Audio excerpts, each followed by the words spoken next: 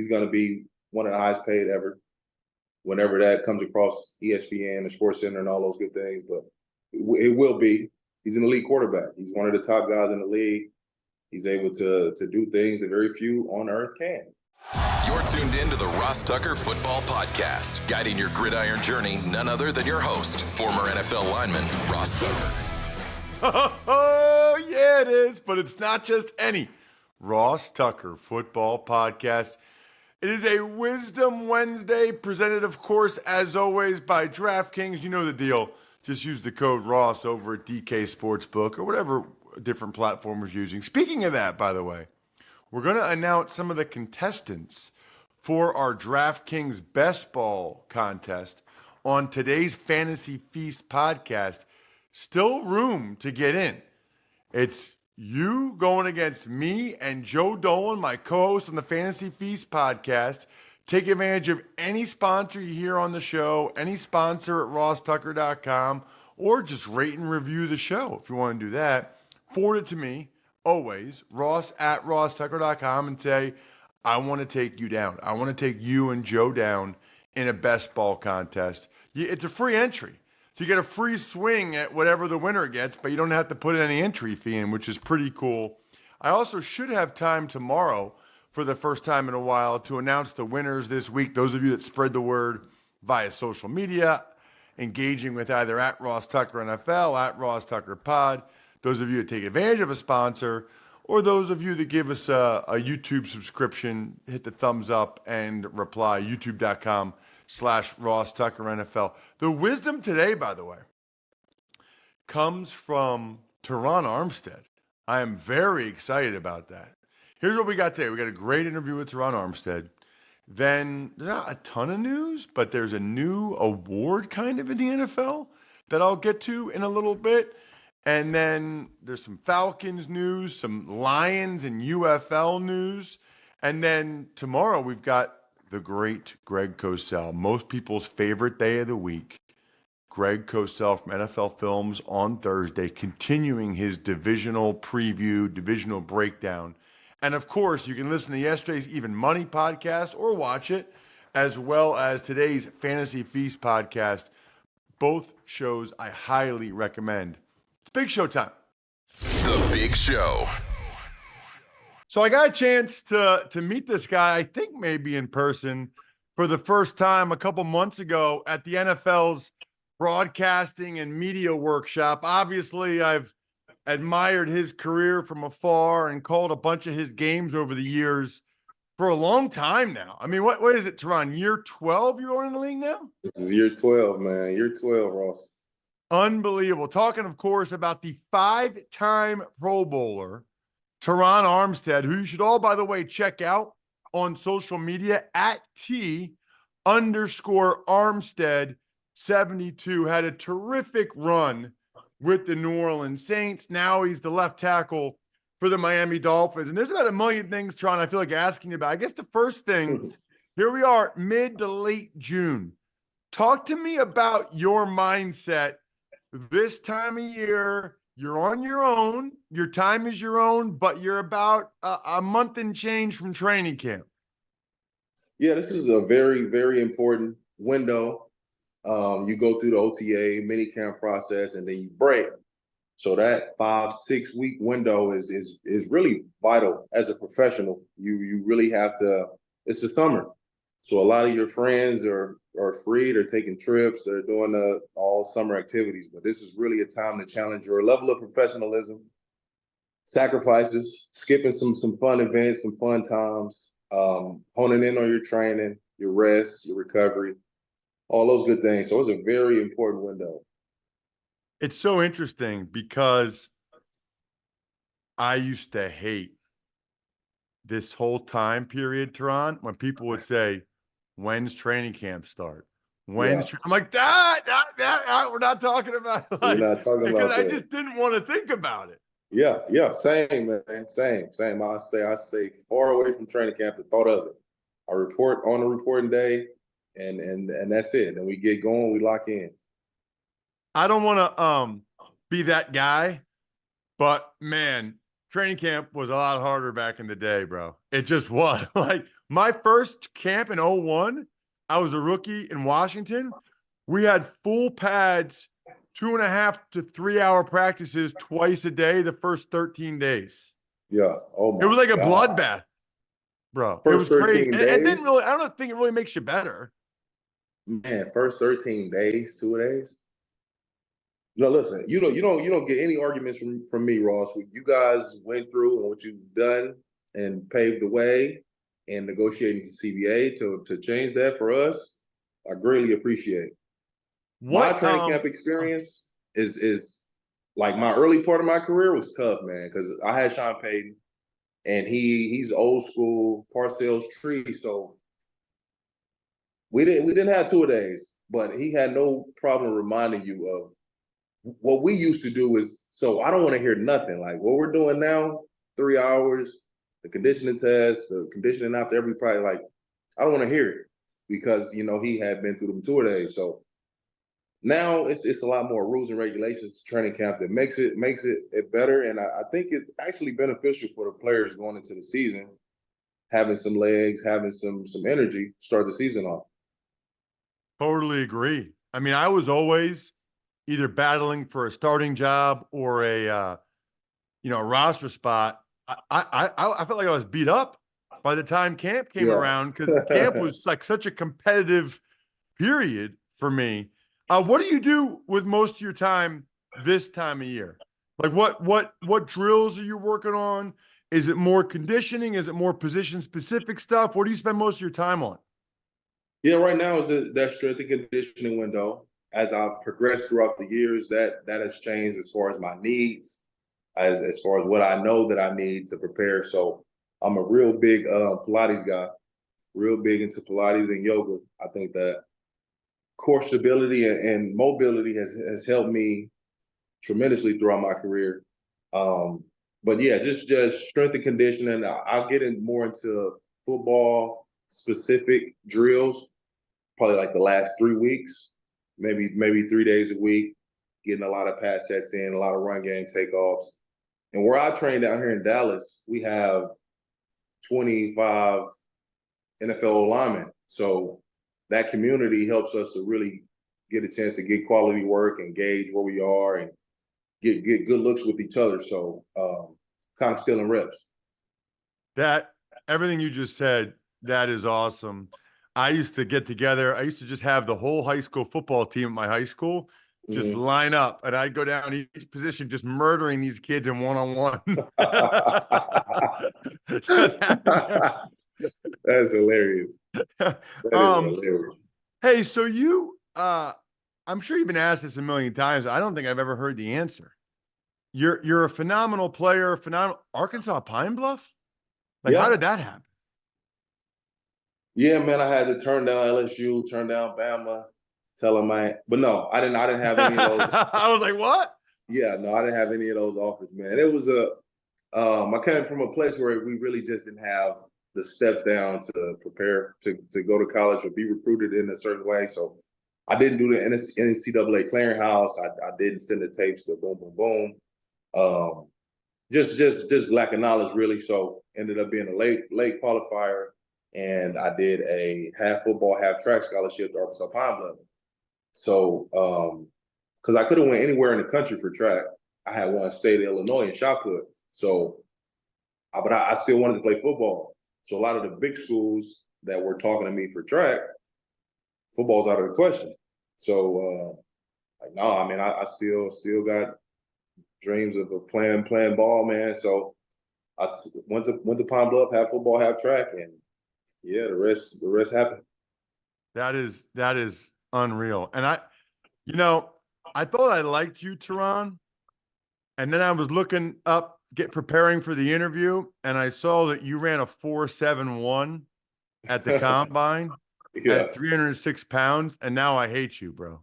Like 4.71 at 306. No wonder in part you're so good. That is ridiculous. I mean, that isn't like you could have played D-line. I needed it, man. I needed it. I needed all the eyes that I could get to get them to go watch my film. I needed it. So the combine was big for me. I feel like I left some on the table at the combine. I was looking to go high 4.5, so it was a bad day. That is unbelievable, man. That is just so impressive. You know, people talk all the time about, oh, the training that you get at Alabama or LSU or whatever. I mean, you did that at Arkansas Pine Bluff. Yeah. I'm sure yeah. you went somewhere to train before the combine or whatever, but still, like that, shout out to you and shout out, I guess, to Arkansas Pine Bluff. Yeah, no, for sure. Shout out to Arkansas Pine Bluff for sure. And then back to my high school when I said, like, I want to stay in the track. But my high school in track, we won like 10 state championships in a span of 12 years. So we had an amazing track coach, Coach Leroy Millsap, and we were the speed school of the country. Wow, that's awesome. So going into year 12, how's your body feeling right now? I actually feel great right now, Ross. I was just talking to my trainer today. This is the best I have felt in June in the last 4 or 5 years. So yeah, it's like that. I'm on that type of time when I step on the field. I'm trying to really give defenders a bad day. That's what I'm on. That's the energy I'm bringing. So it's funny because you might get in the media someday, and we'll talk about that in a little bit. But it feels like this time of year, every guy says like they're in the best shape of their life, or every guy says this is the best they felt. So you got to give me more specifics. Like, why is this the best you felt in the last 4 or 5 years in June? Yeah, I've dealt with my fair share of injuries and ailments. I've dealt with Achilles tendinosis over a 3-year span that was making it almost impossible to train. So I would be able to play on Sunday with some help of pain relief, but it's hard to train, hard to prepare, hard to get strong. Dealing with a back that was chronic issues that, being locked up 23 hours a day, I get an hour to where I can move around a little bit. So correcting those things and getting some help in those areas, man, I'm able to train for the first time and like really, really train. I can go run, I can go play basketball with my kids, I can do all that. So for me specifically, this is the best I've felt in years. And I'm excited about it. You said earlier Pilates and yoga. I didn't discover that till a few years ago. It's like the best thing I've ever done for my back. I had a back surgery in Buffalo. It's amazing. I wish so bad that I knew about it when I was a player like you were. It's awesome. So with all these injuries, right? And you've made a lot of money, man. Kudos to you. I mean, to get a big third contract like that, it's so impressive. Talk to me about your motivation to keep playing. We see guys like Jason Kelsey retire or Fletcher Cox. How much of it's the money? How much of it's trying to win the ring? How much of it's trying to, you just love it? Like, give me the, how do you slice up that pie, the motivation pie? I mean, the two guys that you just named, they both got a Super Bowl. They both got a ring, man. And I would love to experience that. I would love that for my family, for my community, for my college, just to to have that. It'd be, I don't know what it would be. I really don't. I've taken myself there numerous times, but I'm not sure. So that's my number one driving factor. But then you got the level of competitiveness. I've been doing this. I'm 32. I've been playing football for 27 years straight. Never missed a year. So this has been my life. This is a part of who I am. And just that competitiveness, man, I feel like I got a lot of good football left to show. And finally, the Dolphins, I love where we are. I love our window. We've won games. We lost in big moments that we need to be able to surpass in order to do anything real. I think our time is now to do that. I think we will beat some good teams. I think we will be able to be a true force and contender down the line. So it's hard to walk away from that combination of factors. Yeah, that dude, 27 years. You started playing football when you were 5? 5 years old by force. Holy cow. By force. Yeah, my parents wouldn't let me play until 6th grade. I was like, they're afraid I was going to get hurt. I was like, I'm going to hurt them. What are you talking about? So, you got to play with Sean Payton for Sean Payton. Now you got Mike McDaniel. How do you kind of compare those guys? They're both considered offensive geniuses or gurus. Yeah. Well, it depends on what area, what aspect that you're asking about these two, because they can be completely different ends of the spectrum, or they can be on the same dot. You know what I mean? So offensively, two different offensive schemes, but they see the game in a way that very few, man. I've been blessed to be around these two brilliant minds and brilliant quarterbacks too, that's able to take their vision and see the game from their lens and go execute. It's been amazing. It's been amazing. Sean Payton was a crazy. His preparation was insane.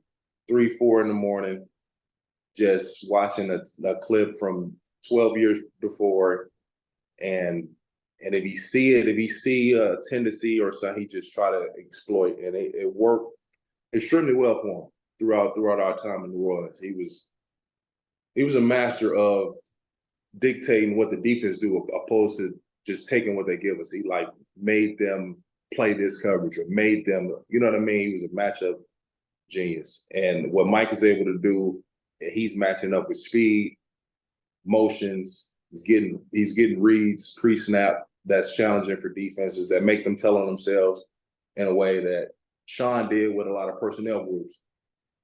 So it's different, but it's similar. You mentioned quarterbacks that kind of have the brains to run the whole thing. Tua's had 2 really good years in a row. I know there's a lot of talk all the time about his contract. As a guy I'm assuming the elder statesmen are one of them for the Dolphins, who's been through the contract thing a couple of times. Have you talked to him about it all? Do you give him advice? Do you have any thoughts for him about his contract situation? Yeah, absolutely. That's my little brother, man, and he's I'm somebody that he respects, from my play to my opinion to the way I carry myself. So yeah, he's opened up and reached out, and we've talked through numerous situations, and contract specifically for sure we have, and he's gonna be one of the highest paid ever, whenever that comes across ESPN and Sports Center and all those good things. But it will be. He's an elite quarterback. He's one of the top guys in the league. He's able to do things that very few on earth can. And with that business stuff, this is what I try to tell him. And this is, you kind of hear this as you've been in the league, which Ross, is the human nature of taking the negotiations personal, or making things personal. It's tough not to, because you get in a negotiation, they bring up injuries, they bringing up this game, they bringing up, you know what I mean? Like, damn, But it's part of this level of, it's the art of negotiation. It's leverage. So yeah, I think his patience has been great, man. He's been handling everything as a professional. He's still leading our team, and he will be one of the highest paid ever. So funny, because they used to say, don't take it personal. I'd be like, I just take it all personally, like every aspect of it. Like, Yeah. makes it so much easier. Yeah. I take it all, everything's personal. No. We mentioned the media workshop. I can't remember who it was, by the way. I'm not just saying this, but somebody after the fact said to me that they thought you did a really nice job. And I don't remember if it was the studio or the games, but one of the executives was saying, because they asked me who I thought did a good job, and I was like, oh, I thought this guy and that guy or whatever. And I said back then, what's that? You didn't say me? No, because I didn't review you. You're right. Okay. I wasn't the one that reviewed, you know what I mean? So I didn't actually see you perform, right? I got you. To know that. But this executive must have. So I don't know if Yeah. it was the studio stuff or the game, but he was like, did a really nice job, Terron Armstead. I'm like, O-line, Yeah. I'm telling you, Hey. O-line, second smartest guys after quarterback, Yeah. gentle Giants. We know the game, and we can be relatable. O-line trying to take over Whitworth and Kelsey, and we'll see what Yeah. we can do when you come out. But what was your biggest last question? Just what was your biggest takeaway from it? I love the experience as a whole, but the biggest takeaway from it is the amount of work you guys do, man. It is not to be overshadowed. It's not to be taken for granted. It's hard. It was tough. Like I would leave the workshop exhausted. Like I played a game. I'm like, man, why am I so? But your brain is going. You're on. You're on. Like studying names. You're studying positions, and boom, boom, boom. And just you're trying to. It was tough, man, but I enjoyed it. I loved it. I love that experience. I think that it's something I can do. I feel like I can do it, especially if I'm able to really devote time to it and see it as a career. It's No amazing what you doubt. guys do, man. So Yeah, seriously, there's no seriously. doubt in my mind, Teron, that you can do it. Even just this interview, just the way you carry yourself, very well spoken, very bright, very knowledgeable. It's funny, right before we started recording, you can maybe see it in my eyes a little bit. I swam, so I try to swim. Everything I do now, Teron, is joint preservation, right? So Yeah. I swim as much as I can, and I do the Eagles preseason games. So literally, Teron, while I'm swimming, I'm going 0, Bryce Huff, 1, Jalen Hurts, 2, Darius Slay, Yeah. 3, Nolan Smith, 4, Jake L. I mean, think about preseason, Yeah. 91 guys. And the thing about the preseason is you got to know the guys that aren't the starters. Facts. The starters are easy. I know Terron Armstead and Tyreek Hill and Jalen Waddle. You got to know the other guys because that's who plays most of the preseason games. So that's what I do when I swim. I go over the names and numbers of the guys in my head. It's helpful. It's impressive, man. I'm telling you, Ross, watching you guys do it, the play-by-play guys are just, hey, hats off, man. Hats off. Like, seriously. Appreciate it. Hey, check him out on social media. He is the man. He's going to be coming to a radio dial or a TV near you soon, but hopefully not too soon because I love watching him play at T_Armstead72, the great Terron Armstead. Good luck this year, man. Stay healthy. Have an awesome season. Thank you, man. I appreciate it, Ross. Man, I love talking to O-linemen. Maybe there's a market for that. I just talk to a different O-lineman every day. It's just awesome. What an amazing career he's had. I mean, you go into year 12, you start 116 regular season game in the NFL. Can't tell you how impressive that is. You know what else is impressive? How delicious Labatt Blue Light is. Drink some Labatt Blue Lights with your friends and live life to the power of we. Always enjoy it responsibly like I do. Beer, Labatt USA, Buffalo, New York. Tuck's Takes.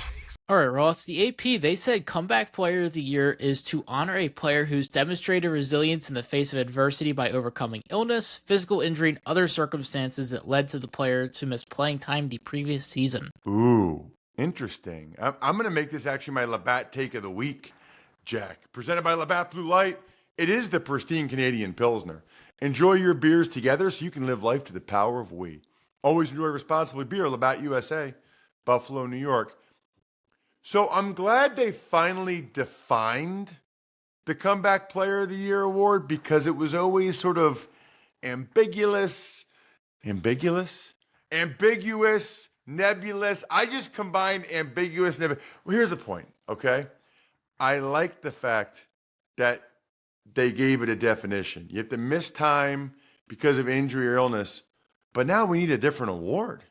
I mean, Geno Smith won 2 years ago.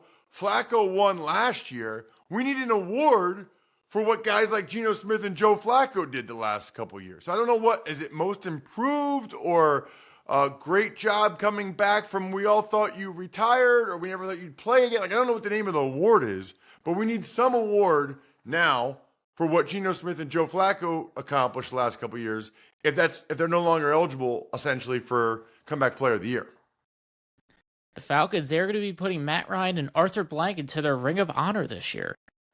Very, very well deserved, both those guys. I got to be honest with you, if I was the owner of a team, I think I would have put myself in the Ring of Honor earlier than that. What if something happened to me? Anyway, Matt Ryan, I don't think he gets nearly enough credit. The amount of teams that would sign up for that career that Matt Ryan had with the Falcons, to have a franchise quarterback in every way for that long, it is extremely impressive. I'll get to that Lions UFL news tomorrow with Greg. I think we're done here.